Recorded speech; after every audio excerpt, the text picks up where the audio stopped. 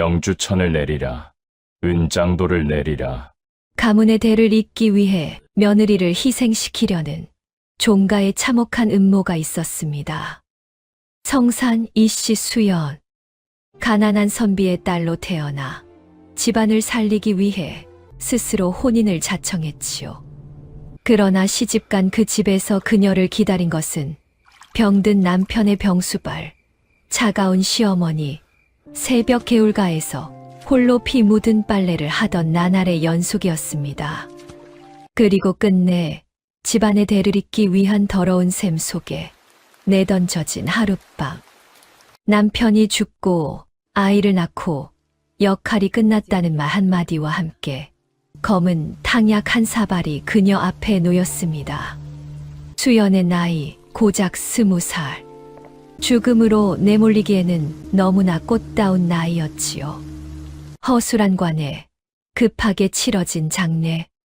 하지만 비 내리는 그날 밤 삽을 들고 산으로 오른 한 여인이 있었습니다. 무덤을 파헤쳐 며느리를 살려낸 시어머니. 가문에 맞서 죽음에서 며느리를 건져낸 한씨 부인에게 폭풍 같은 위기가 닥쳐오고 있었으니 과연 한씨 부인의 운명은 어디로 향하게 될까요? 이야기 시작 전에 구독과 좋아요로 응원해 주세요. 자, 그럼 이야기 속으로 함께 들어가 보실까요?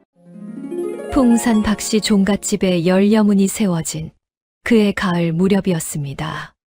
수연이 강제 자결을 당한 지 3년이 지난 해였지요. 산자락의 단풍은 이미 지기 시작했고 바람은 아침 저녁으로 제법 차가워졌습니다. 박씨 종갓집 마당에는 가는 낙엽이 쉴 새 없이 떨어졌지요. 수연이 처음 시집 오던 날 보았던 그 감나무에는 오늘도 까치밥으로 남겨진 감들이 몇 알 열려 있었습니다. 집안은 겉으로는 평온해 보였습니다. 어느 날 아침 부인은 박종수 대감 앞에 정좌하고 앉았습니다. 요즘 꿈에 도현의 얼굴이 자주 보입니다. 너무 슬픈 얼굴을 하고 있었는데 아범의 명복을 빌기 위해 손자를 데리고 절에 다녀오고자 합니다. 대감은 잠시 부인을 바라보더니 짧게 고개를 끄덕였습니다. 그날부터 안채에서는 조용히 짐이 꾸려졌습니다. 공양미와 약간의 폐물, 옷까지 간단한 음식들. 며칠 뒤 한씨 부인은 손자 박현을 안고 대문을 나섰습니다. 박현은 아직 어렸습니다. 겨우 4살 된 아이였지요. 품 안에서 잘 자다가 가끔 깨어 까만 눈을 동그랗게 떠 보이곤 했습니다. 부인은 그 작은 얼굴을 내려다보며 조용히 속말로 말했습니다. 가자, 현아. 대문 밖으로 한 발 내디딘 순간 부인은 묘하게 가벼운 숨을 한 번 내쉬었습니다. 마치 평생 어깨를 누르던 무엇이 잠깐이라도 비켜난 듯한 느낌이었지요. 수레와 가마가 채비되었고 일꾼 둘이 그 뒤를 따랐습니다. 행렬은 그리 크지 않았습니다. 큰 집 안주인이 손자를 데리고 절에 가는 모양치고는 조촐한 편이었지요. 가을 산길은 사람의 마음을 차분하게 만드는 데가 있었습니다.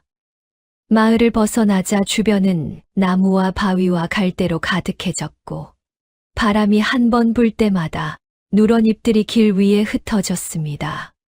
박현은 가마 안에서 새근새근 잠이 들었습니다.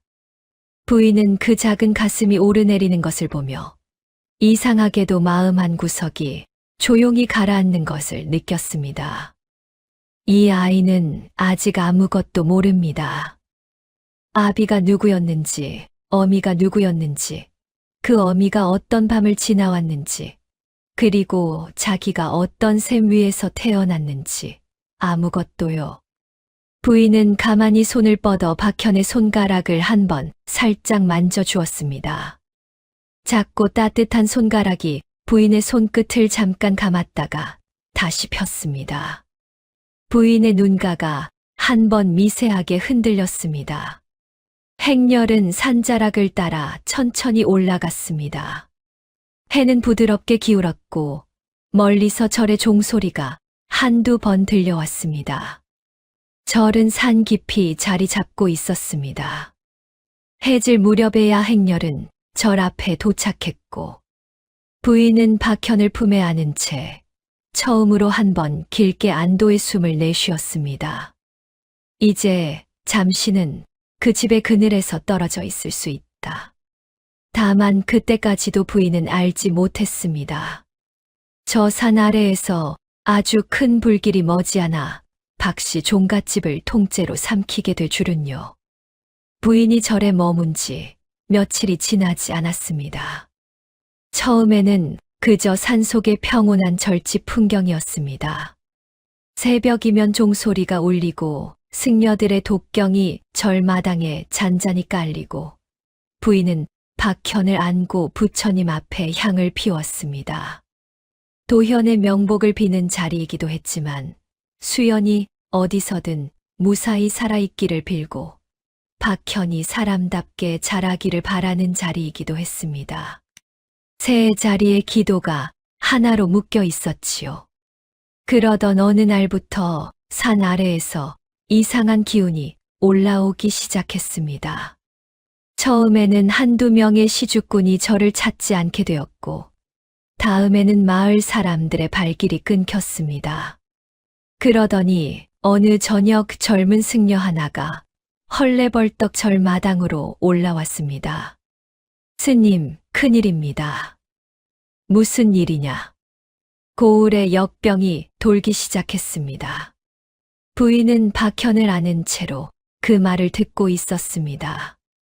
심장이 한 번 묵직하게 내려앉는 것 같았지요. 승려는 숨을 고르며 말을 이었습니다. 처음엔 한 집, 다음엔 두 집이라더니 이제는 마을 전체에 번지고 있다 합니다. 고을 어귀에는 금줄이 쳐졌고 아무도 들어가지도 나오지도 못한다 합니다.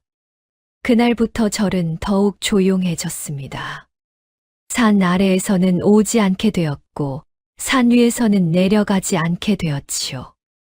부인은 어쩔 수 없이 절에 발이 묶이게 되었습니다.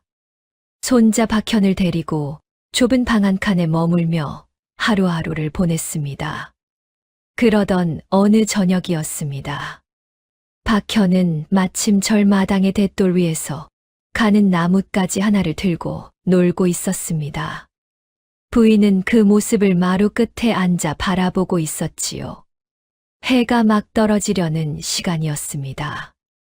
서편 하늘이 천천히 붉어지고 산자락 아래로 그늘이 길게 내려앉고 있었습니다. 그때였습니다. 산 아래 어디쯤에서 가는 연기 한 줄기가 솟아올랐습니다. 처음에는 그저 누군가 저녁밥을 짓는 줄로만 알았습니다. 마을은 늘 그 시간이면 저녁 연기가 가는 줄로 올라오니까요. 그런데 잠시 뒤 또 다른 연기가 올라왔습니다. 그리고 또 한 줄기, 또 한 줄기, 부인은 슬며시 일어나 마루 끝에 섰습니다. 연기는 한 곳에서 나는 것이 아니었습니다. 여러 군데에서 거의 동시에 검은 연기가 피어오르고 있었습니다. 저녁밥 짓는 연기가 아니었습니다. 연기의 색깔이 검고 짙었고 점점 굵게 부풀어 오르고 있었지요. 곧 절에 어린 승려 하나가 헐떡이며 달려왔습니다. 스님, 저것 좀 보십시오. 승려의 시선이 향한 곳을 따라 부인은 다시 산 아래를 바라보았습니다. 이번에는 연기뿐만이 아니었습니다. 붉은 불빛이 어둠 속에서 점점 또렷이 보였습니다. 마을 곳곳에서 불이 일고 있었습니다. 승려는 떨리는 목소리로 말했습니다. 역병이 번지는 것을 막기 위해 관군들이 마을을 불태우고 있습니다. 부인은 그 말을 들으며 마당 끝에 가만히 서 있었습니다. 그 입에서 짧은 한숨이 새어나왔습니다. 박종수 대감의 사랑채, 도현의 방, 수연이 달아가던 마루, 검은 탕약이 놓이던 그 방. 그 모두가 지금 저 붉은 빛 속에 있을 것이었습니다. 아들 도현이 그토록 슬픈 얼굴로 꿈에 보였던 것이 이것을 말하고 있던 걸까? 박현이 가까이 다가왔습니다. 손에는 여전히 나뭇가지가 들려 있었고, 까만 눈은 한 번도 본 적 없는 그 광경을 보고 크게 떠져 있었습니다. 할머니, 저건 뭐예요? 부인은 잠시 말을 잇지 못했습니다. 뭐라고 답해야 할까? 저 불은 사람의 집이 타는 불이고, 그 안에는 너의 친할아버지의 자리도 있고, 한때 어미의 자리이기도 했다. 이렇게 말할 수는 없었습니다. 부인은 박현을 가까이 끌어당겼습니다. 작은 어깨를 한 손으로 감싸고 다른 손으로 아이의 머리를 살짝 쓸었습니다. 저건 어른들이 치우는 불이란다. 치우는 불이요? 응. 세상에는 가끔 오래 묵은 것들을 다 태워버려야 할 때가 있단다. 박현은 무슨 뜻인지 알지 못했지만 잠자코 부인의 손을 잡았습니다. 작고 따뜻한 손이 부인의 거친 손가락을 꼭 쥐었습니다. 부인은 그 손을 한참 동안 놓지 않았습니다. 산 아래에서는 불길이 점점 더 커지고 있었습니다. 박씨 종갓집의 위치쯤에서 유난히 굵은 불기둥이 한 번 솟구쳤다가 다시 가라앉았습니다. 부인의 눈가가 아주 잠깐 빨개졌습니다. 그 자리에서 부인이 떠올린 것은 한 가지였습니다. 어른들의 탐욕으로 세워진 붉은 열려문.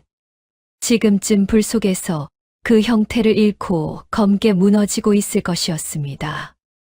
부인은 박현의 손을 한 번 더 꼭 쥐었습니다. 현아, 집은 무너져도 사람이 남으면 다시 집을 지을 수 있는 거란다. 박현은 그 말도 다 알아듣지 못했습니다.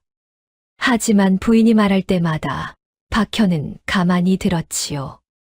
그 어린 것이 아는 것이라곤 이 작고 거친 손이 자기를 지켜준다는 사실 하나뿐이었습니다.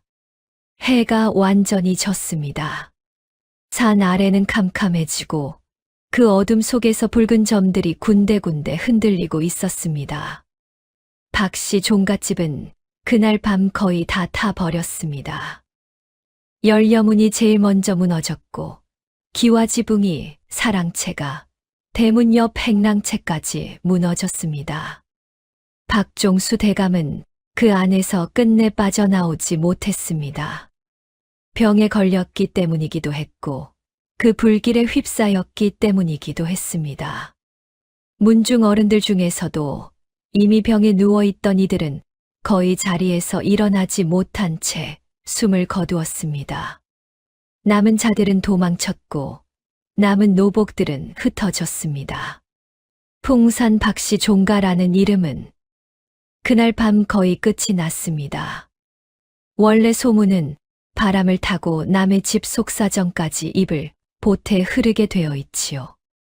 박씨 종갓댁에 세워진 열려문의 비극은 아무리 감추려 해도 사람들의 입을 통해 쉬쉬하며 퍼지고 있었던 게지요.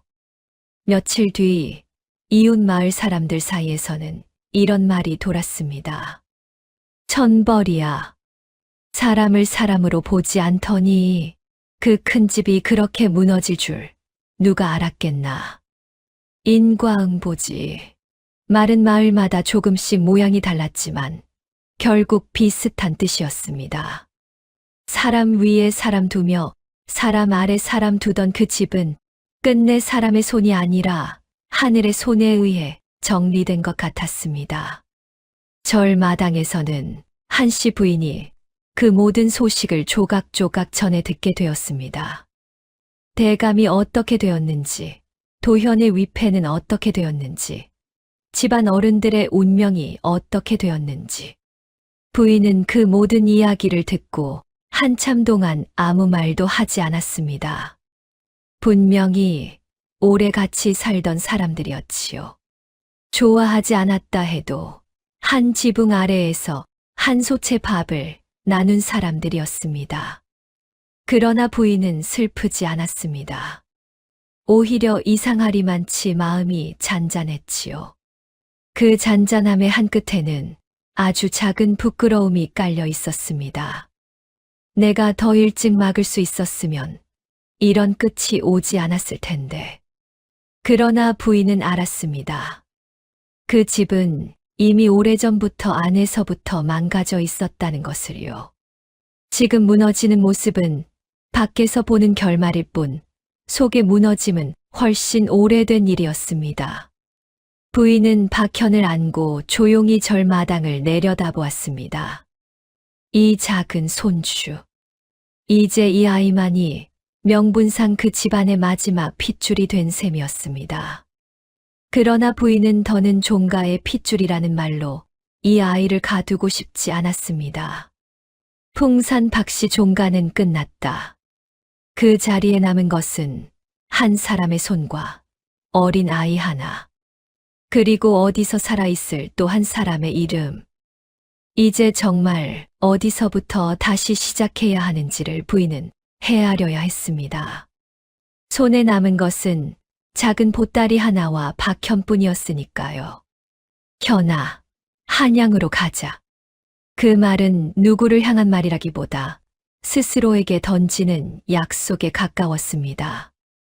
이 산을 내려가는 순간 그가 가야 할 길은 이제까지의 길과는 완전히 다른 길이 될 것이었습니다. 며칠 뒤 절에서의 사정이 어느 정도 정리되고 산 아래의 길이 다시 열리기 시작할 무렵 한씨 부인은 박현을 안고 산을 내려가기 시작했습니다. 행렬은 더 줄었습니다. 이제 부인을 따라가는 이는 오래된 하녀 한 사람뿐이었습니다. 수레도 없었습니다. 가마도 없었습니다. 가진 것이라곤 작은 보따리 하나와 아이가 들어있는 포대기 하나뿐이었습니다. 부인은 평생 이렇게 단출한 행색으로 길에 나선 적이 없었습니다. 그러나 지금은 그 단출함이 오히려 안전했습니다. 큰 집 안주인의 행색으로 다니면 어디서 어떤 화살이 날아올지 알 수 없는 시절이었기 때문입니다. 박씨 종가의 안주인, 한씨 부인. 그 이름을 거두고 이제 부인은 그저 어린 손자를 데리고 길을 나선 한 여인이 되어 있었습니다. 길은 멀었습니다. 산을 내려와서도 다시 또 다른 산자락이 펼쳐졌고 큰 강 하나를 건너야 했고 들길과 마을 길을 번갈아 지나야 했습니다. 가을이 깊어진 길은 바람이 차가웠습니다. 박현은 곧잘 자다가도 바람이 한 번 세게 불면 흠칫 놀라 깨곤 했습니다. 부인은 그때마다 아이를 더 깊이 품속에 넣고 손으로 작은 등을 다독였습니다. 현아, 괜찮다. 할미가 있다. 그 말을 몇 번이나 하던지요. 처음에는 박현을 위해 하는 말이었는데 어느 순간부터는 자기 자신에게 하는 말이 되어 있었습니다. 현아, 할미도 무섭다만 너만 있어주면 할미는 어떻게든 가겠다. 며칠을 걸었습니다. 낮에는 부지런히 걸음을 옮기다가 저녁이면 마을 어귀에서 잠깐 쉬어갔습니다. 밥값이라도 아끼려 하녀가 데우는 죽 한 그릇으로 끼니를 때우는 날이 많았습니다. 그렇게 길을 가던 어느 저녁, 박현의 몸이 이상해지기 시작했습니다. 처음에는 죽을 먹지 않고 칭얼대더니 나중에는 자꾸 잠을 잤습니다. 부인은 아이의 이마에 손을 댔다가 얼굴이 굳었습니다. 뜨거웠습니다. 작은 몸에서 열이 펄펄 끓고 있었지요. 현아, 할미 봐라. 작은 눈은 떴지만 초점이 잘 맞지 않았습니다. 숨도 가빴습니다. 부인은 곧장 하녀에게 일러 가장 가까운 마을 쪽으로 길을 잡았습니다. 해는 거의 졌고 바람은 더 차가워지고 있었습니다. 이대로 길에서 밤을 새우면 이 작은 몸이 견디지 못할 것이었습니다. 그렇게 들어선 마을에는 큰 길가에 주막이 하나 자리 잡고 있었습니다. 낡은 간판, 나무 기둥, 처마 끝에 매달린 작은 등불. 흔하디흔한 시골 주막이었습니다. 부인은 작은 짐을 챙겨 들고 주막의 문턱을 넘었습니다. 마당에는 닭 몇 마리가 풀어져 있었고 한쪽에는 장작이 가지런히 쌓여 있었습니다. 마루 위에는 술상을 앞에 둔 사내 둘이 있었고 부엌 쪽에서는 김이 한 가닥 올라오고 있었지요. 곧 주막 주인 내외가 나왔습니다. 남자는 살집이 좋고 여자는 작고 야무진 인상이었습니다. 두 사람은 박현을 아는 부인을 보더니 얼른 다가왔습니다. 아이고, 이 추위에 이렇게 어린 것을 안고 오셨습니까? 주모는 부인의 손을 살짝 잡으며 호들갑을 떨었습니다. 들어오십시오. 방을 따뜻하게 데워두겠습니다. 부인은 작은 목소리로 말했습니다. 아이가 열이 많이 납니다. 주막 주인이 곧바로 끼어들었습니다. 저희 집에 약방 하던 사돈이 있습니다. 약값은 먼저 쓰셔도 됩니다. 편히 쉬셨다가 사정이 되시는 대로 갚으시면 되지요. 부인은 잠시 망설였습니다. 처음 보는 사람의 친절, 처음 보는 자리에 호의. 평소 같으면 의심부터 했겠지요. 그러나 그날 밤은 부인 자신도 너무 지쳐 있었고 박현의 몸은 너무 뜨거웠습니다. 부인은 결국 고개를 끄덕였습니다. 신세를 좀 지겠습니다. 저희가 알아서 모시지요. 주막 주인 내외는 환하게 웃었습니다. 그 웃음은 오랜만에 본 따뜻한 웃음 같았습니다. 부인은 안채 작은 방에 들었고 박현은 따끈한 이불 위에 눕혀졌습니다. 곧 마른 약초를 달인 듯한 따끈한 약이 한 사발 들어왔습니다. 박현의 입에 한 모금씩 흘려넣자 아이는 조금 진정된 듯 숨이 깊어졌습니다. 부인은 그 모습을 보며 처음으로 안도의 한숨을 쉬었습니다. 따뜻한 방, 따끈한 약, 조용히 자는 아이. 그 자리에서 부인은 자기도 모르는 사이 한 잔의 차를 마셨습니다. 주모가 떠다 준 차였습니다. 쉬세요. 오늘 밤은 여기 계시면 되십니다. 차의 향은 좋았고 한 모금 마시자 긴 길의 피로가 한꺼번에 몰려왔습니다. 부인은 작은 베개의 머리를 기대었습니다. 박현의 작은 손을 잡고 그 손에 자기 손을 포갠 채 방 안의 등불이 조용히 흔들렸습니다. 부인은 그렇게 잠이 들었습니다. 평소 같으면 누군가의 집에서 이렇게 깊이 잠들지 않을 사람이었지요. 하지만 그날은 그 깊은 잠을 스스로 멈출 수 없었습니다. 이상하리만치 사람의 의지가 닿지 않는 무거운 잠이었습니다. 방문 너머에서 주막 주인 내외가 서로 잠깐 눈빛을 주고받았습니다. 그 눈빛은 손님을 모시는 사람들의 눈빛이 아니었습니다. 오랜 셈에 익숙한 자들의 눈빛이었습니다. 그날 밤 주막의 문은 사람을 살리는 문 같았지만 실은 또 다른 감옥의 문이었습니다. 박씨 종가의 그늘에서 간신히 빠져나온 한씨 부인은 이제 막 또 다른 그늘 안으로 한 발을 들여놓고 있었습니다. 다음 날 아침이었습니다. 처마 끝에서 햇빛이 길게 들어왔고 주막 마당에서는 닭이 짧게 울었습니다. 박현은 한참 자다가 부인의 가슴 위에서 작은 숨을 내쉬며 깨어났습니다. 열은 어느 정도 가라앉아 있었습니다. 다행이었지요. 부인은 그 작은 이마에 손을 댄 채 잠깐 안도의 숨을 내쉬었습니다. 그런데 그 안도가 채 가시기도 전에 부인의 머리가 묵직하다는 것을 느꼈습니다. 이상하게 잠이 깊었고, 이상하게 몸이 무거웠으며, 이상하게 정신이 한 박자 늦게 돌아왔습니다. 부인은 천천히 일어나 앉았습니다. 머리를 한 번 흔들었다가 방 안을 둘러보았지요. 이상한 점이 곧장 눈에 들어왔습니다. 방 한쪽 구석에 두었던 보따리가 보이지 않았습니다. 부인은 처음에는 잘못 보았나 했습니다. 자리를 옮긴 줄 알았지요. 그래서 이불 사이를 살피고 머리맡을 살피고 방구석을 다 더듬었습니다. 없었습니다. 돈도 폐물도 약초도 호패도 전부 사라져 있었습니다. 부인의 손이 잠깐 굳었습니다. 가슴이 한 번 크게 내려앉았고 숨이 막혀 잠깐 말이 나오지 않았습니다.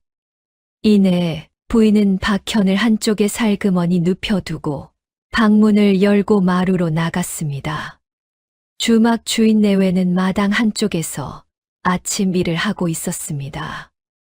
남편은 장작을 패고 아내는 부엌에서 그릇을 닦고 있었지요. 부인은 떨리는 목소리로 말했습니다. 내 보퉁이가 보이지 않습니다. 주막 주인은 고개를 들고 부인을 보았습니다. 그 얼굴에는 어제 저녁의 따뜻한 웃음이 그대로 있었습니다. 마치 어제와 오늘 사이에 아무 일도 일어나지 않은 것처럼. 무슨 보퉁이를 말하는 게요. 부인은 마음을 가다듬으며 다시 말했습니다. 그것을 머리맡에 두고 잤습니다. 잠에서 깨어보니 사라졌습니다. 주막 주인 내외는 서로 잠깐 눈빛을 주고받았습니다.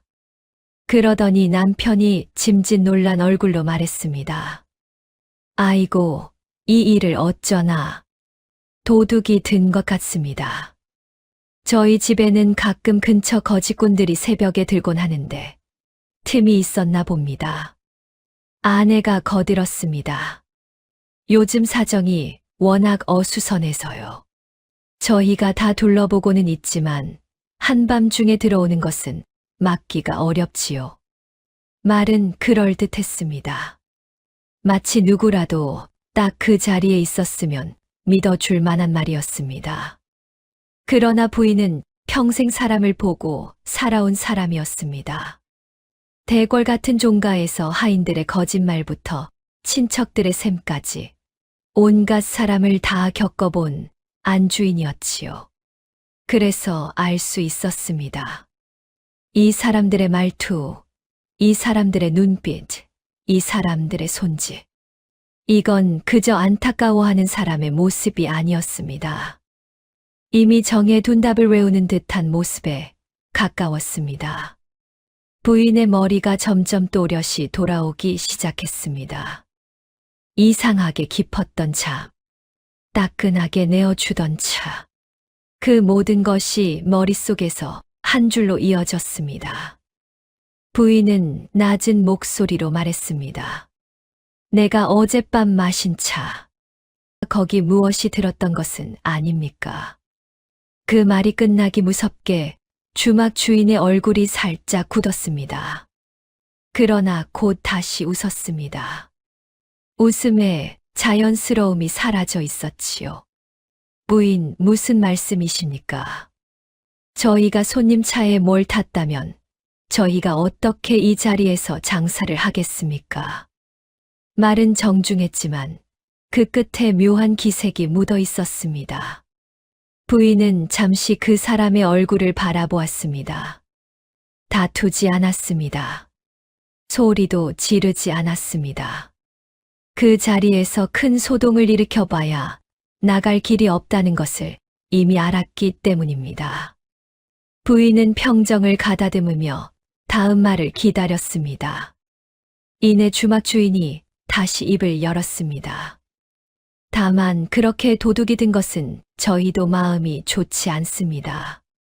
그런데 어제 약값은 어찌하시려 하십니까? 말투는 점잖았지만 그 안에는 분명한 칼이 들어 있었습니다. 이미 사정을 다 아는 자만이 던질 수 있는 정중한 협박이었지요. 부인은 그제야 알았습니다. 이 자리는 그저 사고가 난 자리가 아니라 처음부터 짜인 덫이었다는 것을요. 약은 받았고 보퉁이는 사라졌고 빚은 부인 앞에 그대로 남아있는 그림. 이 사람들에게는 그것이 늘 해오던 일이었습니다. 부인은 짧게 숨을 들이켰습니다. 그리고 차분히 물었습니다. 얼마나 됩니까? 주막 주인은 잠깐 머뭇하더니 의미심장한 숫자를 댔습니다. 그 숫자는 부인이 가지고 있던 보퉁이의 값을 훌쩍 넘기는 것이었습니다. 부인은 그 숫자를 듣고도 표정을 바꾸지 않았습니다. 다만 속에서 무거운 한 가지가 천천히 가라앉았습니다. 이 자리에서 빚을 다툴 수 없다. 지금 가장 중요한 것은 손주 하나를 살리는 것이다. 부인은 천천히 입을 열었습니다. 알겠습니다. 주막 주인은 짐짓 미안한 척 손을 비비며 말했습니다. 저희도 사정이 어려워서요. 일하시면서 갚으시면 됩니다.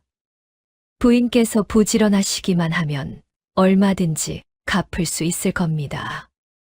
부인은 짧게 고개를 끄덕였습니다. 그리고 방으로 돌아갔지요. 방 안에는 박현이 다시 잠들어 있었습니다. 작은 가슴이 일정한 박자로 오르내리고 있었지요. 부인은 그 곁에 가만히 앉았습니다. 손등이 미세하게 떨렸습니다. 그러나 부인은 울지 않았습니다. 여기서 또 한 번 무너지면 이 아이의 자리가 더 위태로워질 것이었습니다. 부인은 작은 손을 가만히 잡았습니다. 현아. 자고 있는 박현은 대답하지 않았습니다. 대답이 없는 그 손을 보며 부인은 작게 말했습니다.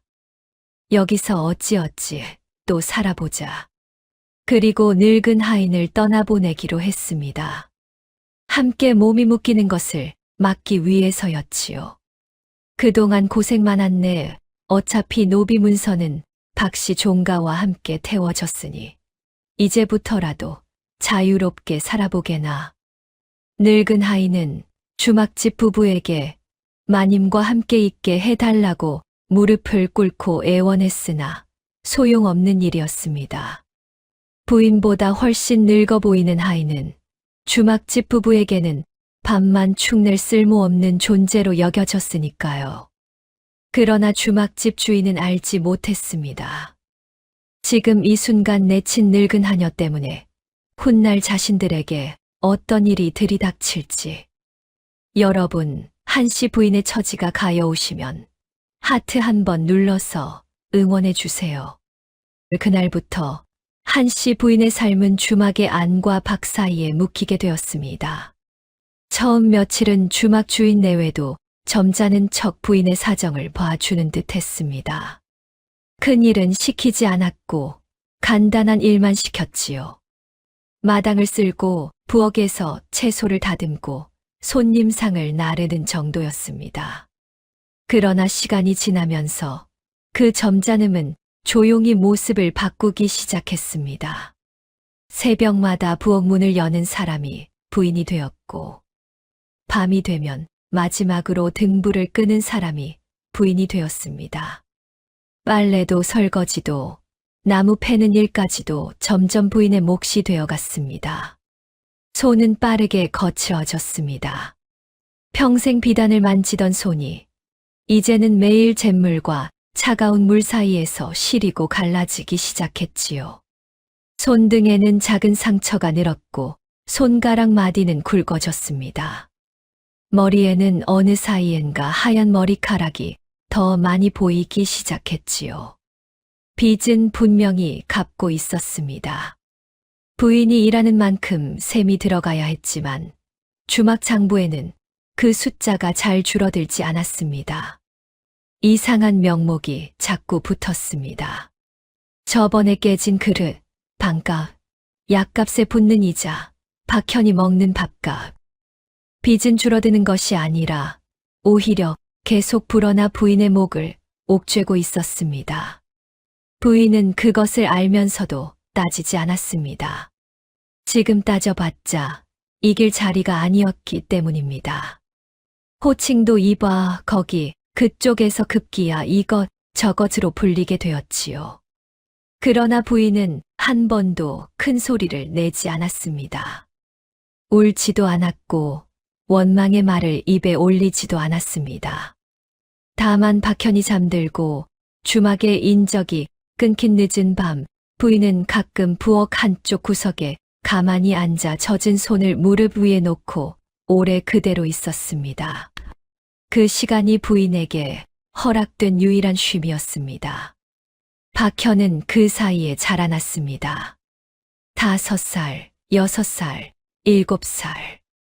작고 동그란 몸이 조금씩 길어졌고 짧은 다리가 점점 또박또박 걸음을 옮기게 되었습니다.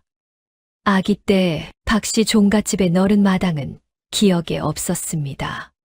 기둥 거친 주막 마루, 연기가 자욱한 부엌, 손님들 발이 자주 닿는 흙바닥. 그것이 박현이 처음 기억하는 세상이었습니다. 박현은 어릴 적부터 울지 않는 아이였습니다. 배가 고파도 큰 소리로 울지 않았고 넘어져도 큰 소리로 칭얼대지 않았습니다. 부인이 한 번도 울지 말라고 가르친 적은 없었습니다. 다만 박현은 보며 배웠습니다. 자기 할미가 가장 힘들 때도 조용히 일하는 모습을, 가장 억울할 때도 입을 다물고 견디는 모습을. 아이들은 큰 말로 배우지 않습니다. 대신 곁에 어른이 어떻게 사는지를 보고 조용히 배웁니다. 박현은 그렇게 배웠습니다. 어떨 때 박현은 부인의 곁에 앉아 같이 채소를 다듬기도 했습니다. 작은 손으로 콩을 까기도 하고 빈 그릇을 옆으로 옮기기도 했지요. 주막 주인 내외는 그 모습을 보고 혀를 차며 말했습니다. 저 어린 것이 손이 야무지네. 저런 손은 키워두면 일꾼으로 쓰기 좋겠어. 부인은 그 말을 듣고도 표정을 바꾸지 않았습니다. 그러나 마음속에는 또렷이 새겨졌습니다.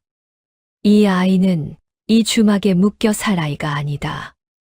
그 말은 큰 소리로 한 적이 한 번도 없었습니다. 다만 부인은 매일 마음속으로 같은 말을 되풀이했습니다. 현아, 너는 여기 사람이 아니다. 현아, 너는 다른 자리로 갈 사람이다. 그 다짐 하나가 한씨 부인에게는 유일한 빛이었습니다. 세월은 길었습니다. 하루가 열흘 같고 열흘이 한 달 같았으며 한 달이 1년 같았습니다. 박현이 9살이 되었습니다. 작은 손은 어느덧 빨래를 짜고 물을 길어 옮기는 일까지 거들 정도가 되었습니다. 그리고 박현은 마당의 일을 자주 맡았습니다. 장작 옮기기, 물 깃기, 손님 신발 정리. 주막 주인 내외는 그것을 당연하게 여겼습니다. 이 아이가 자기들 집에서 자랐다는 것은 그들에게는 또 하나의 일꾼이 자랐다는 뜻이었으니까요. 부인은 박현이 일을 마치고 들어올 때마다 조용히 손을 잡아주었습니다. 그 손에 묻은 흙을 부인이 천천히 닦아주었지요. 현아, 오늘도 고생했다. 박현은 작게 웃었습니다. 할머니가 더 고생하셨지요. 그 한마디에 부인은 잠깐 손이 멈췄습니다. 이 작은 입에서 그런 말이 나올 줄 몰랐기 때문입니다. 부인은 가만히 박현의 머리를 쓸었습니다. 그래. 그래도 이 할미는 너만 옆에 있으면 괜찮다. 아이는 그 한마디에 만족해서 조금 더 커진 손을 부인의 손바닥에 포겠습니다. 부엌에는 조용한 등불 하나가 켜져 있었습니다.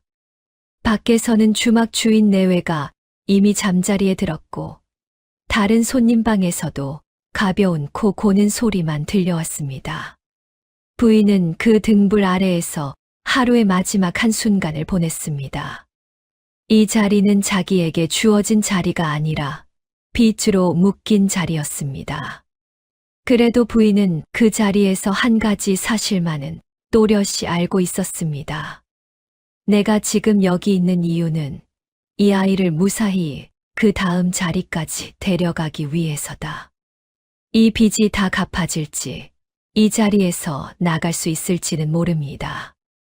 그러나 이 아이가 사람답게 자라는 것까지는 이 손이 어떻게든 해보겠다.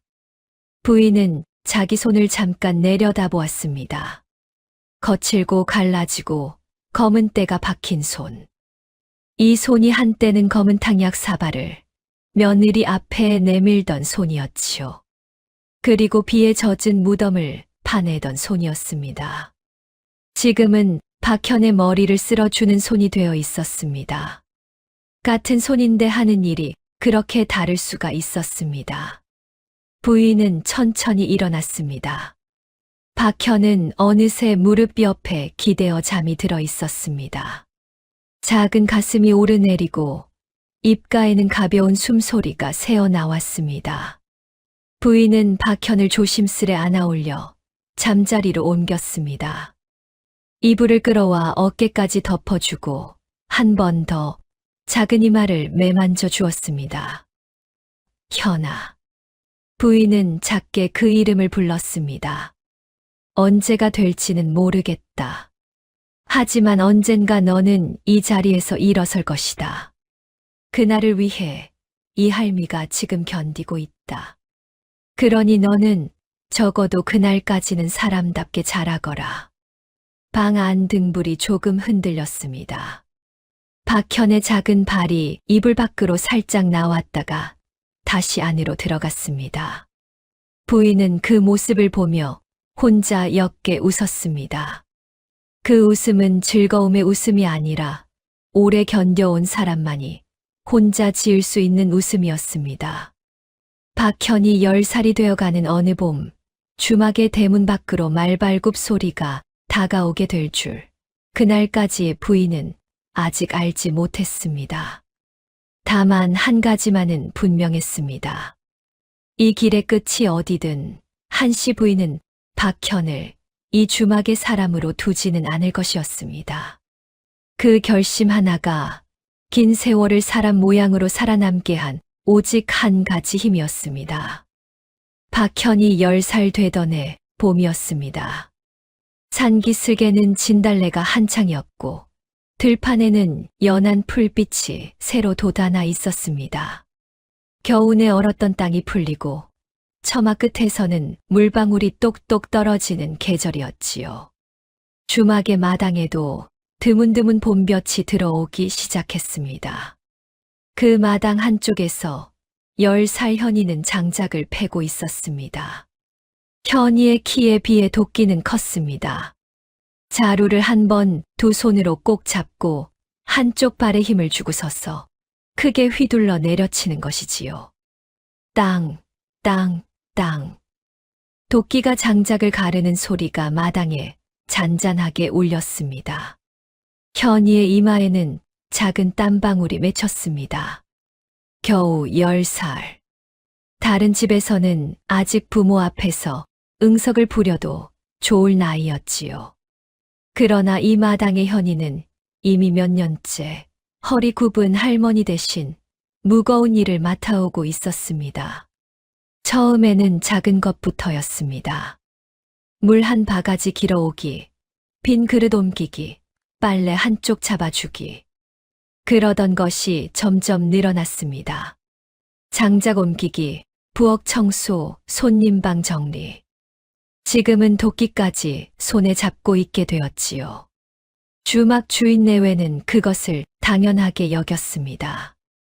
내 할미가 진 빚인데 내가 옆에서 거들어야 도리 아니냐. 그런 말을 자주 했습니다. 현이는 그럴 때마다 대꾸하지 않았습니다. 화를 내지도 울지도 않았지요. 그저 입을 다물고 도끼를 한 번 더 들어 올릴 뿐이었습니다. 부엌 안에서는 한씨 부인이 들통에 든 빨래를 비비고 있었습니다. 부인의 허리는 예전과 달리 조금 굽어 있었습니다. 손에서는 양잿물 거품이 흘러내리고 손가락 마디는 굵게 부풀어 있었지요. 부엌 문 너머로 부인의 시선이 한 번씩 마당으로 향했습니다. 도끼를 휘두르는 작은 아이의 모습, 부인은 그 모습을 볼 때마다 가슴 한쪽이 시큰했습니다. 저 어린 것이 아직 다 자라지도 않은 손에 도끼가 들려있는 모양새. 저 자리에 있어야 할 사람은 자기지, 저 아이가 아니라는 생각이 매번 들었습니다. 그러나 부인은 그 말을 입 밖에 내지 못했습니다.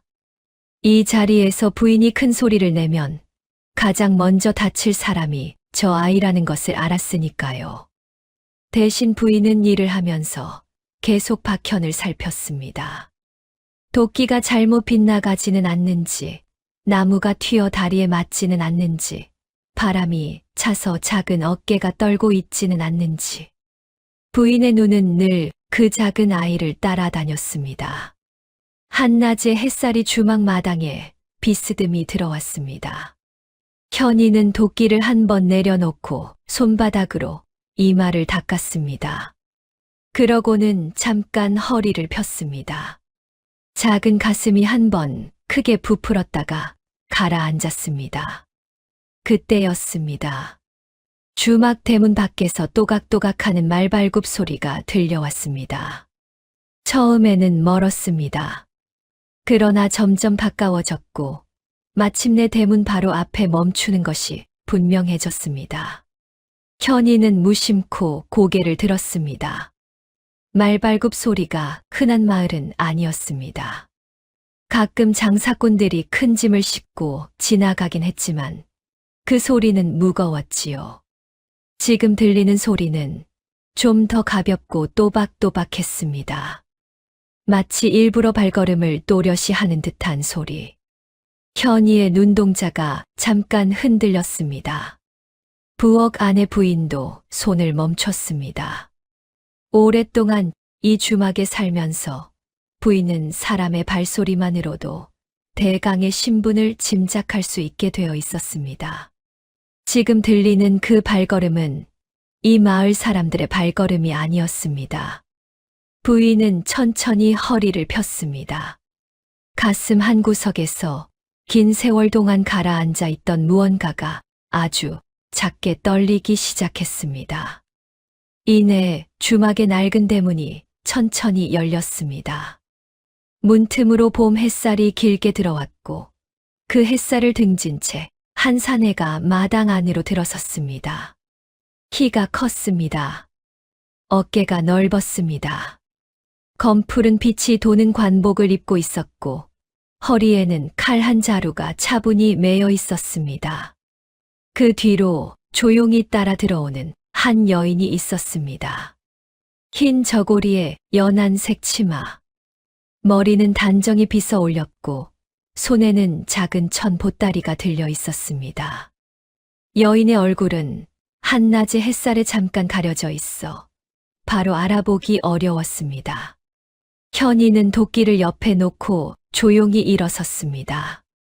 처음 보는 사람들이었습니다. 그런데 이상하게 그 자리에 그냥 서 있어야 할 것 같았습니다. 도망쳐서도 안 되고 인사를 너무 일찍 해서도 안 될 것 같은 그런 묘한 직감이 어린 마음 한쪽을 잡았습니다. 사내의 시선은 가장 먼저 도끼 옆에 서 있는 작은 아이를 향했습니다. 그 시선이 잠깐 흔들렸습니다.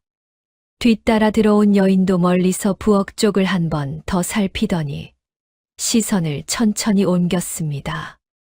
그 옮겨가는 시선의 끝에 허리 굽은 노인 한 사람이 서 있었습니다. 해진 무명옷, 젖은 손, 하얗게 센 머리. 여인의 입에서 짧고 마른 숨이 새어 나왔습니다. 여인의 시선이 다시 마당 한가운데로 돌아왔습니다. 그곳에는 작은 아이가 서 있었지요. 낡은 옷을 입고 얼굴에는 작게 흙이 묻어 있고 손에는 도끼 자국이 박힌 작은 손이 보이는 아이. 여인은 그 아이의 얼굴을 한참 들여다보았습니다. 처음 보는 얼굴이었습니다. 그런데 이상하게 그 작은 인매가, 그 까만 눈동자가 어디서 본 사람의 모습과 닮아 있다고 느꼈지요. 아주 오래전 가난한 친정집 벽에 걸려 있던 어머니의 작은 그림자. 별채방, 흔들리는 촛불 아래 잠깐 옆에 앉아 있던 사람의 얼굴. 여인의 손이 가만히 가슴 쪽으로 올라갔습니다. 부엌 안에서 한씨 부인도 그 광경을 보고 있었습니다. 봄 햇살이 비치는 마당, 관복을 입은 사내, 그 옆에 흰 저고리 여인, 그리고 한가운데 서 있는 자기 손자. 이 그림이 얼마나 오래 자기 마음속에 그려져 있었는지를 부인은 그제야 깨달았습니다. 부인은 천천히 빨랫감을 손에서 놓았습니다. 물에 젖은 손이 옆구리에서 떨렸지만 그 떨림을 누구도 볼 수 없도록 손을 옷자락 안으로 살짝 감추었습니다. 그리고 한 발 부엌 문턱을 넘었습니다. 현이는 그제야 할머니 쪽을 돌아보았습니다. 평소보다 조금 굳어 보이는 할머니의 얼굴이 처음 보는 그 두 사람을 향하고 있었지요. 이 어색한 봄날의 마당에서 주막의 닭은 한 번 짧게 울었고 대문 밖 어디선가 새 한 마리가 길게 노래했습니다. 마당의 모든 시간이 한 번에 멈춘 듯한 그 순간이 한참 동안 그대로 머물러 있었습니다. 마당의 시간이 다시 흐르기 시작한 것은 여인의 입에서 한 음절이 새어나오면서부터였습니다. 여인은 떨리는 목소리로 아주 작게 입을 열었습니다. 어머님. 그 한마디가 주막 마당 위로 떨어졌습니다. 마당의 닭은 다시 한쪽으로 몸을 옮겼고 처마 끝에서는 작은 바람이 젖은 빨랫감을 가볍게 흔들었습니다. 한씨 부인은 그 한마디를 듣고 잠시 그 자리에 그대로 서 있었습니다. 귀를 의심한 것은 아니었습니다. 귀가 잘못 들은 것이라고 생각하지도 않았습니다. 다만 너무 오래 기다린 말이 너무 갑자기 다가오자 사람의 몸이 한 박자 늦게 움직이는 것이었지요. 부인의 손이 옷자락 끝을 꼭 잡았습니다. 천천히, 정말 천천히 고개를 들어 마당 가운데를 바라보았습니다. 여인이 거기 서 있었습니다. 세월이 흘러 얼굴은 어른이 되어 있었고 손목뼈는 옛날보다 좀 더 또렷이 도드라져 있었습니다. 그러나 그 눈은 부인은 단번에 알아보았습니다. 별채방 촛불 아래에서 검은 탕약 사발을 앞에 두고 떨던 그 눈, 빗속의 무덤가에서 흐릿하게 자신을 바라보던 그 눈, 이수연이라는 이름으로 살았던 사람, 이재정임이라는 이름으로 살아있는 사람이 지금 자기 앞에 서 있었습니다. 부인은 한참 동안 말을 이을 수 없었습니다.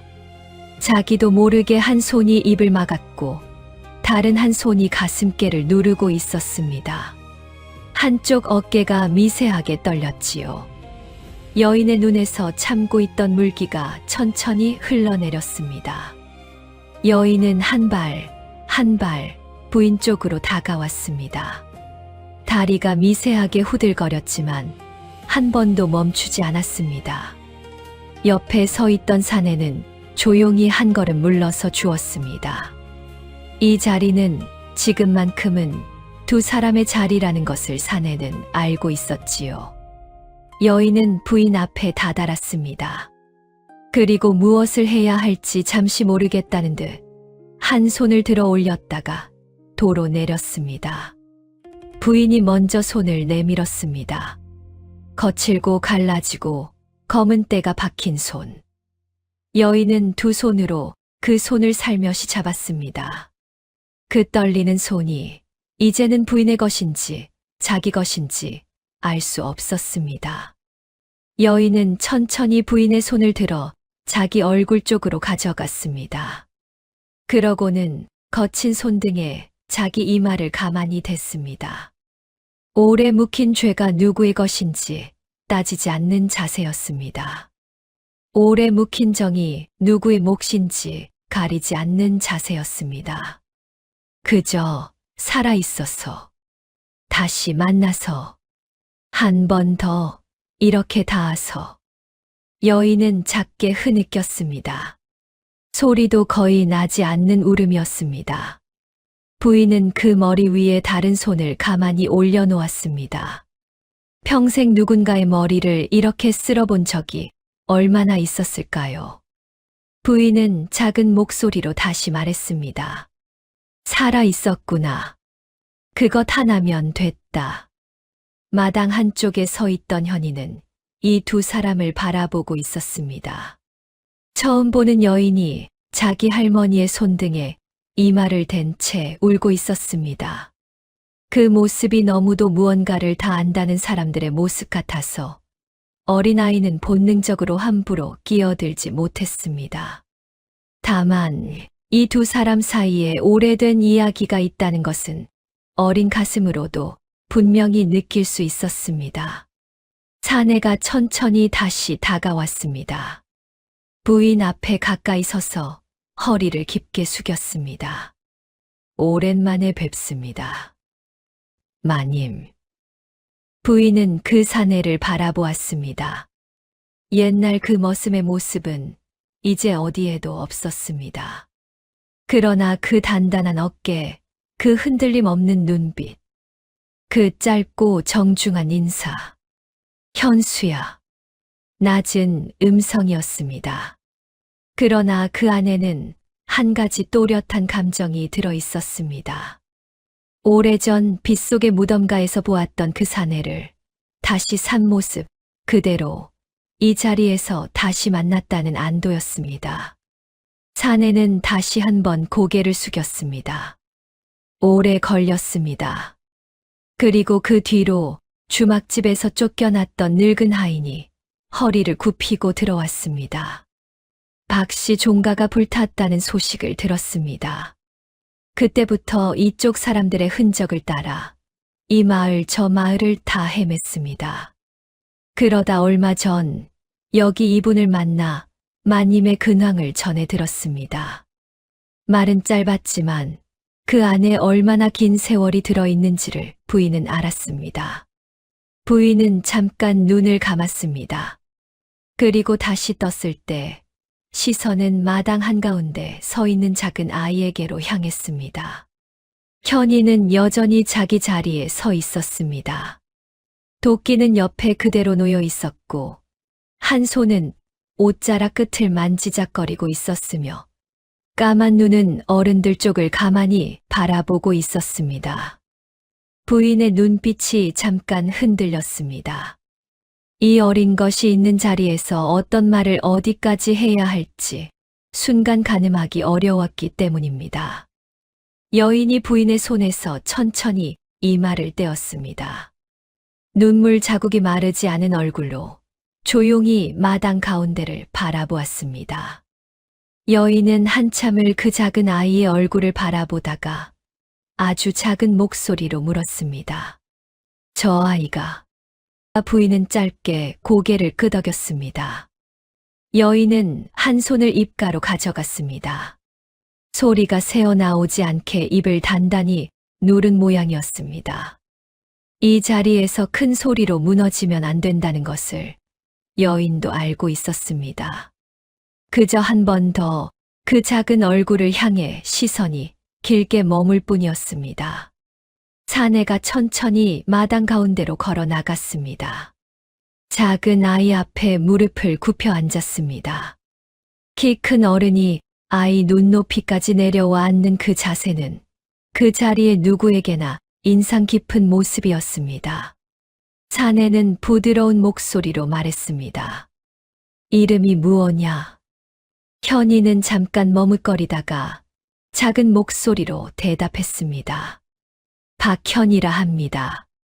사내는 그 이름을 한번 입안에서 굴렸습니다. 박현. 좋은 이름이구나. 현이는 아무 말도 하지 않았지만 그 말이 듣기에 좋다는 듯 입꼬리를 살짝 움직였습니다. 부인은 그 모습을 보며 한 번 더 입술을 깨물었습니다. 자기 손자에게 이 아이가 박현이다. 좋은 이름이다. 그렇게 말해준 사람은 오랫동안 없었습니다. 이 주막에서는 모두 예, 저놈, 그렇게만 불렀지요. 오늘 처음으로 이 마당에서 박현이라는 이름이 사람의 입에 또박또박 올라왔습니다. 뒤에 서 있던 여인이 한 걸음 더 가까이 다가왔습니다. 작은 아이의 눈높이를 보려는 듯 허리를 조금 굽혔습니다. 여인은 입을 때려다가 몇 번이나 멈췄습니다. 무어라 부르면 좋을지, 무엇이라 인사를 해야 할지 오래 헤매왔으면서도 막상 그 순간 입에서 선뜻 말이 나오지 않았던 것이지요. 여인은 결국 가장 짧은 한마디를 했습니다. 현아. 소리는 작았지만 그 안에는 오래 쌓인 무언가가 들어 있었습니다. 현이는 그 부름을 받았습니다. 낯선 여인이었지만 현아라고 자기 이름을 부르는 그 소리가 이상하게 낯설지 않게 들렸습니다. 마치 어딘가에서 들어본 듯한, 어딘가에 깊이 들어있는 듯한 설명하기 어려운 소리. 여인은 천천히 손을 들어 현이의 머리 위에 살짝 얹었습니다. 손은 떨렸습니다. 그러나 그 손길은 주막에서 받아본 그 어떤 손길과도 달랐습니다. 밀치는 손이 아니라 끌어안으려는 손이었지요. 현이는 그 손길 아래에서 아주 짧게 눈을 깜박였습니다. 무어라 말해야 할지를 몰랐기 때문이었습니다. 여인은 그 머리를 한번 천천히 쓸어 주었습니다. 소리도 내지 않고 숨도 거의 죽인 채로. 그 자리에 누구도 이 짧은 순간에 흐른 시간을 정확히 셈할 수 없었습니다. 다만 박현이라는 이름과 현아라는 부름이 이 마당의 공기 위에 조용히 자리 잡고 있었습니다. 세 사람이 다시 한자리에 모인 그 마당에는 조금 전까지의 무거운 침묵 대신 이번에는 다른 결의 긴장이 깔리기 시작했습니다. 사내가 천천히 일어났습니다. 현이의 머리를 한 번 더 가만히 쓸어주고 주막 안쪽을 향해 시선을 돌렸지요. 부엌 문 옆에서 주막 주인과 그의 아내가 서 있었습니다. 조금 전까지만 해도 아이고 손님 어서 오십시오 하던 그 얼굴이 지금은 어디로 가버린 듯 했습니다.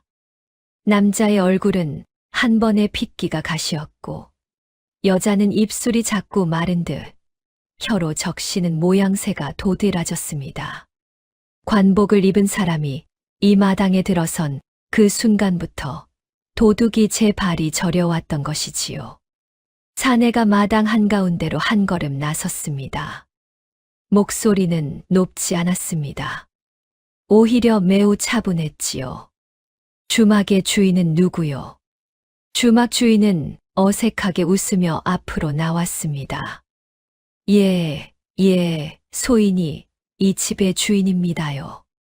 가까이 오시오. 주막 주인은 잠시 망설이다가 종종걸음으로 사내 앞에 섰습니다. 얼굴에는 여전히 미소를 짓고 있었지만 이마에는 작은 땀방울이 맺혀 있었습니다. 사내는 짧고 분명하게 물었습니다. 이 집의 한씨 부인이 진 빚이 있다 들었소. 얼마요? 주막 주인은 잠깐 머뭇거렸습니다. 이 자리에서 얼마라고 말해야 크게 어긋나지 않을지를 가늠하는 눈빛이었습니다. 그러나 사내의 시선은 이미 그 눈빛 너머를 보고 있었지요. 주막 주인은 헛기침을 한 번 하고 어느 정도의 숫자를 댔습니다. 평소 부인 앞에서 부르던 숫자보다는 훨씬 낮춘 숫자였습니다. 그러나 그 숫자조차도 부인의 보퉁이 안에 들어있던 값을 훨씬 넘기는 것이었습니다. 사내는 그 숫자를 듣고도 표정을 바꾸지 않았습니다. 그저 가볍게 고개를 한번 끄덕였지요. 장부를 가져오시오. 예. 빚을 매겼다면 장부가 있을 것 아니오. 가져오시오. 주막 주인의 손이 한 번 움찔했습니다. 그러나 더는 미룰 수가 없었습니다. 저쪽 마당 한쪽에는 사내와 함께 들어온 부하 둘이 조용히 서 있었기 때문입니다. 칼은 차고 있지 않았지만 어깨 너머로 집 안을 살짝 훑어보는 동작 하나만으로도 이 사람들이 평범한 손님은 아니라는 것이 분명해졌습니다. 주막 주인은 부엌 안쪽으로 들어가 오래된 장부를 들고 나왔습니다. 낡은 종이 묶음, 여기저기 기름때가 묻은 종이들. 그것을 사내 앞에 두 손으로 내밀었습니다. 사내는 장부를 받아 한 장씩 천천히 넘겼습니다. 그러는 사이 함께 온 부하 두 사람은 조용히 주막 곳곳을 둘러보기 시작했습니다.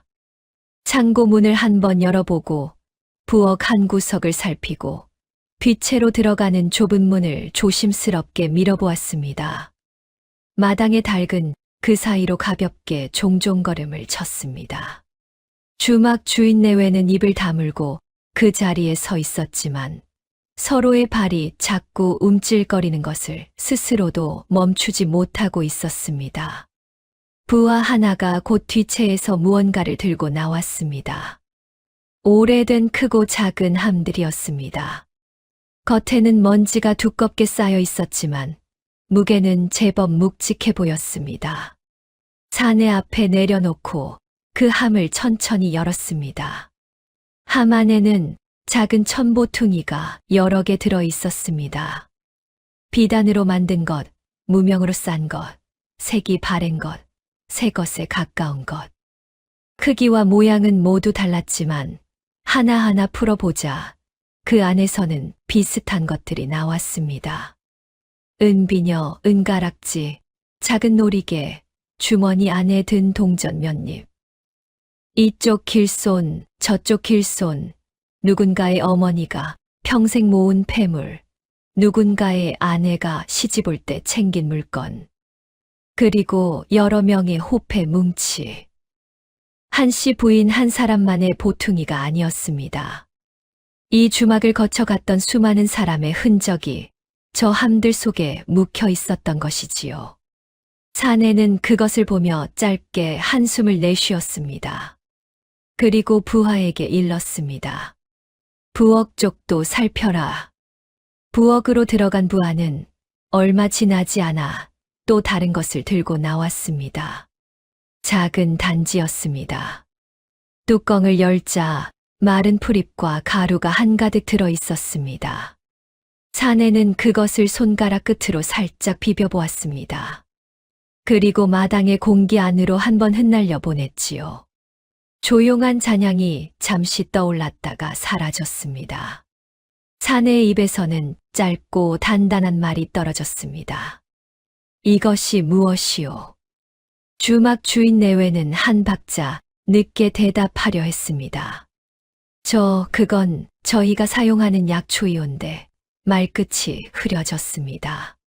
사내는 그 말을 다 듣지도 않고 조용히 고개를 저었습니다. 이건 사람을 깊이 잠재우는 약이요. 손님 잠 한 번 재워서 주머니 한 번 비우기 좋은 약이지. 이 약을 누구에게 썼소? 주막 주인 내외는 얼굴이 새파랗게 질려 그 자리에 한 걸음씩 물러섰습니다. 부인은 그 모습을 멀리서 바라보고 있었습니다.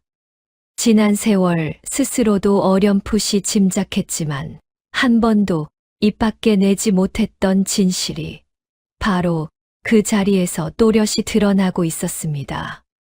쉽게 마음을 놓은 자기 자신의 잘못도 있었습니다. 처음부터 이 사람들이 짜놓은 자리에 앉게 된 것이었지요.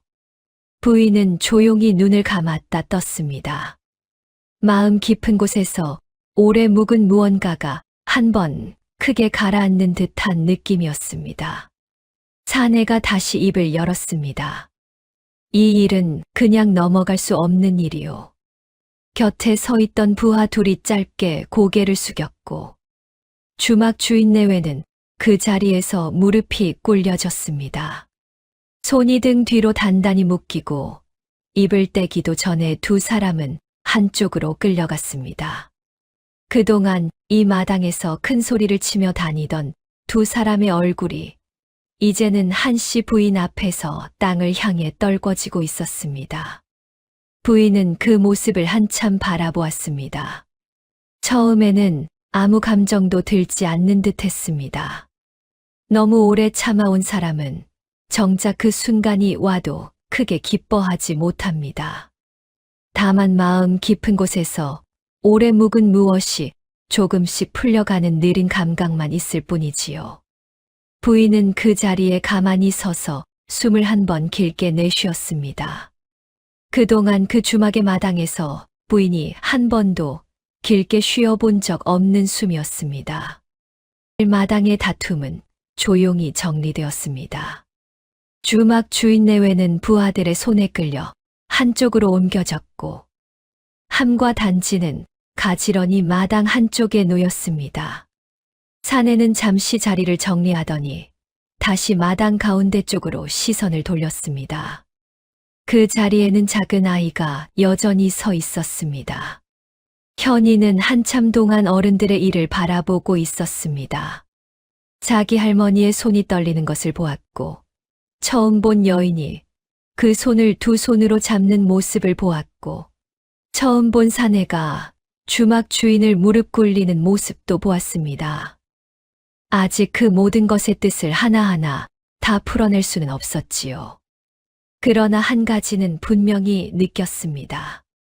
오늘은 이 주막에 살던 어제까지와는 다른 날이 되어 가고 있다는 것을요. 사내가 다시 천천히 다가왔습니다. 현이 앞에 한 번 더 무릎을 굽혔습니다. 키가 큰 사람이 자기 눈높이까지 굽혀 앉는 그 자세는 어린아이의 마음에는 큰 자국을 남기는 법이지요. 현이는 살짝 숨을 들이켰습니다. 사내는 부드러운 목소리로 말했습니다. 현아, 예. 오늘부터 너에게 우리가 하고 싶은 이야기가 많다. 지금 다 할 수는 없겠구나. 다만 한 가지만 먼저 말해주마. 현이는 가만히 사내의 얼굴을 보았습니다. 이 마당이 너의 자리가 아닌 자리였다는 것. 여기서 내가 너무 오래 살아 있었다는 것. 그것은 우리 잘못이지. 내 잘못이 아니다. 현이는 그 말의 뜻을 다 알아듣지 못했습니다. 그러나 내 잘못이 아니다라는 한마디는 또렷이 마음에 박혔습니다. 그동안 주막에서는 무엇이 잘못되어도 늘 이 아이의 탓처럼 굴리곤 했었으니까요. 그릇이 깨지면 너 탓, 누가 밥을 흘려도 너 탓, 손님이 거칠게 굴어도 너 탓. 오늘 처음으로 한 어른이 자기 눈높이까지 내려와서 내 잘못이 아니다 하고 말해주고 있었습니다. 현이의 까만 눈동자가 잠깐 흔들렸습니다. 뒤쪽에서 한씨 부인이 조용히 가까이 다가왔습니다. 평생 거칠게 일하던 손등에 굳은 살이 박힌 손이 현이의 어깨에 살며시 얹혔습니다. 현아. 예, 할머니. 이 두 분은 오래전부터 너에게로 오려고 먼 길을 걸어온 사람들이란다. 현이는 천천히 고개를 끄덕였습니다. 말의 뜻을 다 안 것은 아니었습니다. 다만 할머니의 손이 어깨 위에 놓여 있는 그 무게가 아주 따뜻하게 느껴졌습니다. 사내가 다시 일어났습니다. 그리고 부인을 향해 조용히 말했습니다. 마님, 오늘은 너무 갑작스러우셨으리라 짐작합니다. 저희가 차차 말씀 올리겠습니다. 먼저 이 어린 것이 더는 이 자리에 머물지 않도록 저희가 데려가겠습니다. 부인은 그 말을 듣고 한참을 가만히 있었습니다. 데려갈 것이라는 그 말이 좋기도 했고 시리기도 했습니다. 이 작은 손주를 이 손에서 떠나보내야 하는 자리이기도 했으니까요. 그러나 부인은 곧 작게 고개를 끄덕였습니다. 그래야지요. 이 아이가 이 자리에서 일생을 보내게 둘 수는 없으니 사내는 짧게 인사를 올렸습니다. 저희가 따로 마님께서 편히 지내실 자리도 마련해 두었습니다.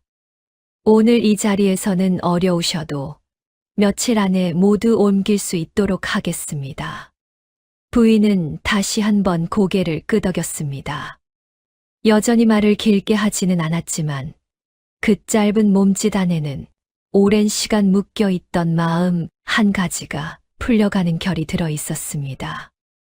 마당의 봄 햇살이 한쪽 처마에서 다른 쪽 처마로 조금씩 자리를 옮기고 있었습니다. 오랫동안 빛이 잘 들지 않던 자리에도 오늘은 가는 햇살이 잠시 머무는 것 같았습니다. 그리고 주막에 남은 부인과 늙은 하인은 서로의 손을 부여잡고 오랜 시간 울음을 멈추지 못했지요. 며칠 뒤였습니다. 주루막 잃은 관아의 손에 넘어갔고 주막 주인 내외는 그 마을의 다른 죄목들과 함께 관에 넘겨졌습니다. 한씨 부인은 작은 짐을 챙겨 한양 가까운 어느 고을로 자리를 옮겼습니다. 현수와 정임이 미리 마련해 둔 자리였습니다. 크지 않은 집이었지요. 마당이 넉넉하고 앞에는 작은 텃밭이 있고 뒤로는 산이 가깝게 둘러있는 자리. 거기에 어울리는 작은 감나무 한 그루가 마당 한쪽에 심어져 있었습니다. 박씨 종갓집의 그 큰 나무에 비할 바는 아니었지만 정임이 일부러 한 그루를 골라 그 자리에 심어둔 것이었습니다. 부인은 그 마당을 천천히 둘러보았습니다. 큰 집 안주인의 자리도 아니고 주막에 묶인 자리도 아닌 그저 한 사람으로 사는 자리에서 처음으로 발을 디뎌보는 마당이었습니다. 부인은 짧게 한숨을 한 번 내쉬었습니다. 그 한숨에는 지금까지의 모든 짐이 한 자락씩 묻어 있었고, 그래도 끝내 살아남았다는 작은 안도도 함께 들어 있었습니다. 그리고 세 사람이 한 자리에 앉아 정말 중요한 종지부를 찍는 순간이 다가왔습니다. 박현을 박현으로 할지, 정현으로 할지를 의논하는 자리였습니다. 정임이 먼저 말했습니다. 모든 것을 어머님의 뜻대로 하겠습니다. 오랜 시간 말이 없던 한씨 부인이 긴 한숨 끝에 입을 열었습니다. 풍산 박씨는 이미 문을 닫았다. 대를 잇겠다는 명분으로 두 사람의 목숨을 빼앗으려 했고 그 대가로 부귀영화를 탐했지.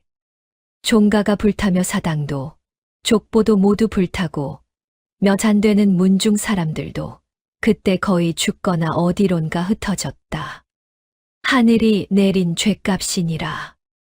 이제 박현이라는 이름은 그때 족보와 함께 불탔으니 원래의 핏줄을 따라 정씨의 호적에 올리는 것이 마땅하다. 한 가문을 닫는 것에 대한 죗값은 이 어미가 다 받으마.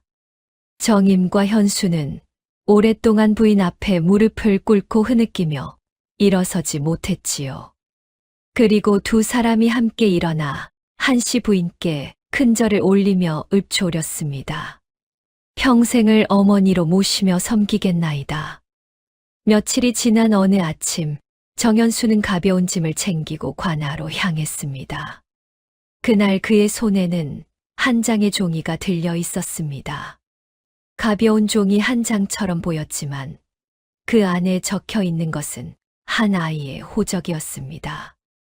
현수는 북방에서의 전쟁이 끝난 뒤 한동안 일개 병졸로 군에 머물러 있었습니다.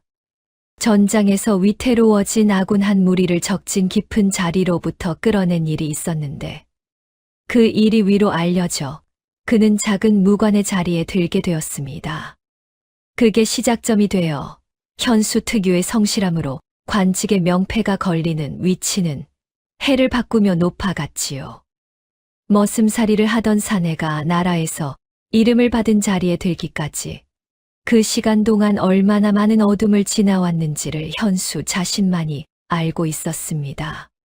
그러나 그 모든 어둠은 지금 한 아이의 호적을 올리는 자리에서 잠시 잠잠히 가라앉아 있었습니다. 관아의 안에서 현수는 단정하게 자리를 잡고 앉아 호적부에 손을 얹었습니다. 서리 한 사람이 그 옆에서 글자를 따라 읽어주었지요. 성은 정, 이름은 현, 부는 정현수, 이름이 또박또박 적혀가는 것을 보며 현수는 가만히 숨을 골랐습니다. 그가 평생 단 한 번도 생각해 본 적 없는 자리였습니다. 남의 집 머슴으로 사는 그가 어느 날 한 아이의 아비 자리에 자기 이름을 올려놓고 그 아이를 사람답게 자라게 할 책임을 지는 자리. 현수는 손이 떨리는 것을 보이지 않게 서류를 펼쳐 든 채로 짧게 고개를 숙였습니다. 여기까지 오기까지 사람 둘이 죽었다 살아났고 한 집안이 무너졌고 한 사람이 평생 마음 한 자락을 묶어두고 살았고 또 다른 한 사람이 자기 이름을 잃었다 다시 얻었습니다. 그 모든 것의 끝에 지금 작은 종이 한 장이 있었습니다. 그 종이 위에 정현이라는 이름이 조용히 그러나 또렷이 적혀 있었습니다. 현이는 자기 손에 들려진 종이를 꼭 쥐었습니다. 그 이름을 꼭 쥔 채 한참 동안 그대로 서 있었지요. 그리고 처음으로 소리 내어 불렀습니다. 아버지, 어머니. 마당 한쪽 새로 심어둔 감나무의 가지에서는 연한 잎이 봄 햇살을 받아 가볍게 흔들리고 있었습니다. 어느 해 가을이었습니다.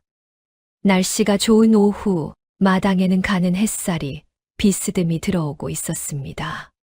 부인은 평소처럼 마루 끝에 앉아 마당의 감나무 가지를 올려다보고 있었지요. 정임은 그 옆에 가만히 앉았습니다.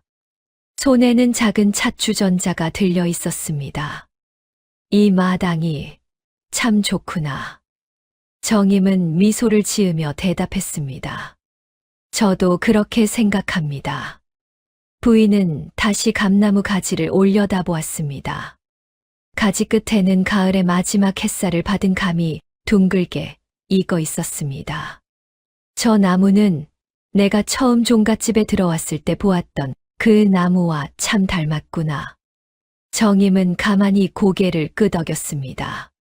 수연이가 처음 그 집에 들어왔을 때 가장 먼저 본 것도 그 마당의 감나무였습니다. 부인은 짧게 웃었습니다. 그렇구나. 수연이도 정임이도 저 나무를 좋아하는구나. 정임도 작은 미소를 지었습니다. 저 나무 아래에서 저는 이제 이수연으로 살던 시절도 정임으로 사는 지금도 둘 다 안고 있는 듯한 마음이 듭니다.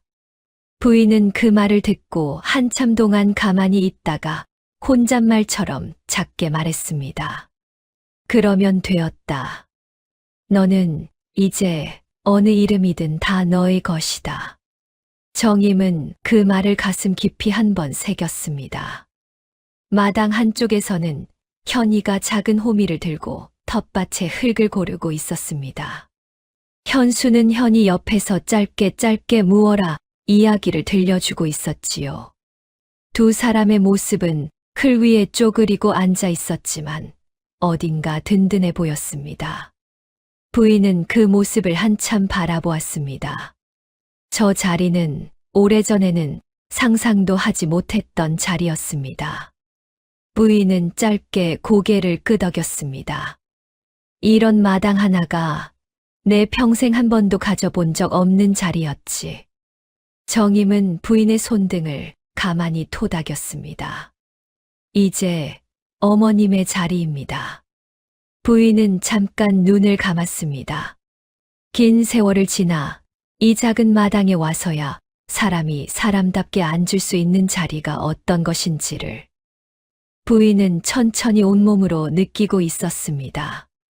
가문의 탐욕에 맞서 두 사람의 목숨을 건져내고 어린 생명을 바른 길로 데려가고자 했던 한씨 부인. 감나무 가지 위로 떨어지는 붉은 저녁 노을과 함께 마침내 그 기나긴 여정이 아늑하고 따스하게 저물어갔습니다. 핏빛처럼 붉은 노을은 가문의 잔인한 욕망을 닮았으나 그 아래 피어난 고요함은 한씨 부인이 그토록 바라던 정의로운 미래였습니다. 그녀가 남긴 숭고한 유산은 이제 어린 생명의 가슴 속에서 바른 길을 밝히는 등불이 되어 영원히 살아 숨 쉴 것입니다. 오늘 이야기 어떠셨나요? 오늘 이야기가 마음에 남으셨다면 구독과 알람 설정 부탁드립니다. 시청해 주셔서 감사합니다.